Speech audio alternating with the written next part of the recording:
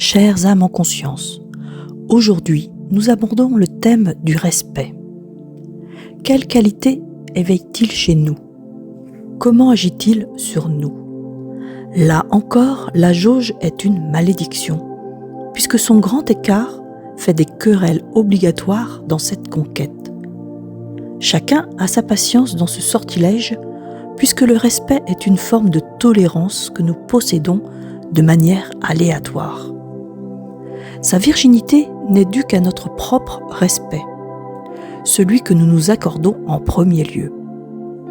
Je ne pense qu'aucun de nous n'est valable dans son respect, et la convulsion à l'exiger des autres nous vaut une fâcheuse habitude de rectitude.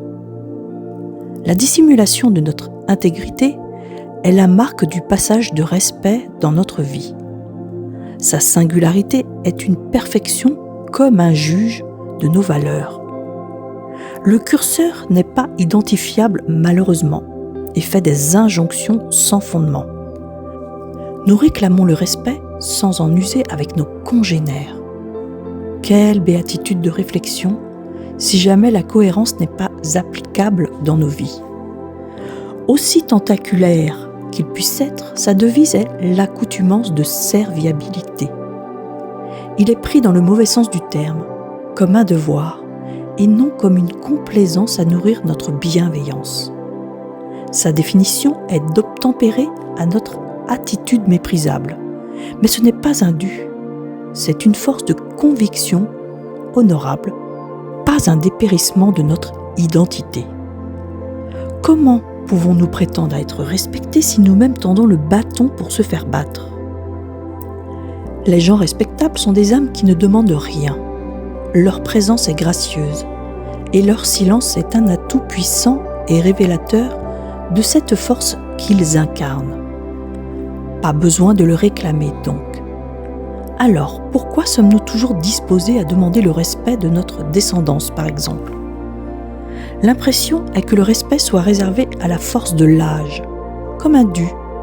Mais si la malhonnêteté de la situation ne l'est pas, alors ce geste devient puéril de sens. Les orgies du devoir sont désuètes lorsque l'évolution nous soumet à sa devise, et votre dissimulation de pugnacité met en risque votre mental mal organisé. Dans le couloir de la pensée, nous nous dispersons sur des ondes bien trop étroites pour que notre volonté soit optimale à forcer le respect. Faut-il être digne pour réclamer le respect? Est-ce une limite que l'on s'impose? Domine-t-on assez nos instincts primaires pour se louvoyer dans cette fantaisie de marque de respect? Il est certain que chacun doit faire un effort nécessaire pour prétendre être en cohérence de ce fait de réalité.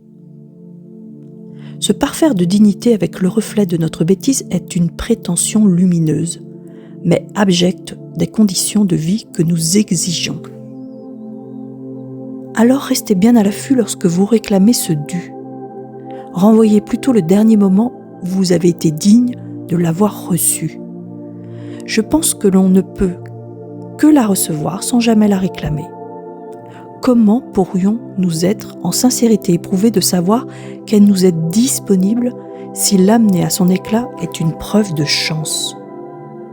Maintenir ce prisme de connexion sur des sujets comme le respect devient un passage douloureux. Je reste confiante grâce à l'humanité de chaque âme qui m'écoute et ma sincérité à partager une information de cette importance, car le devoir m'est ressenti pour que vous aussi puissiez jouir des qualités du Verbe dans son intégralité métaphysique. La devise ici est l'union des deux polarités dans un centre qui donne du sens à chacun. Votre véritable loi est de vous convertir à votre divin, reprendre le contact avec cette lumière qui fait de vous des personnes honorables. Respectez-vous et vous serez respecté sera sans doute une conclusion nébuleuse, mais le principal est de s'accorder sa propre valeur. Je vous remercie pour la douce attention que vous avez déposée ici et vous donne rendez-vous dans une prochaine audio pour d'autres explorations métaphysiques. Avec toute ma gratitude et ma lumière, Catherine Anet pour Écriture connectée.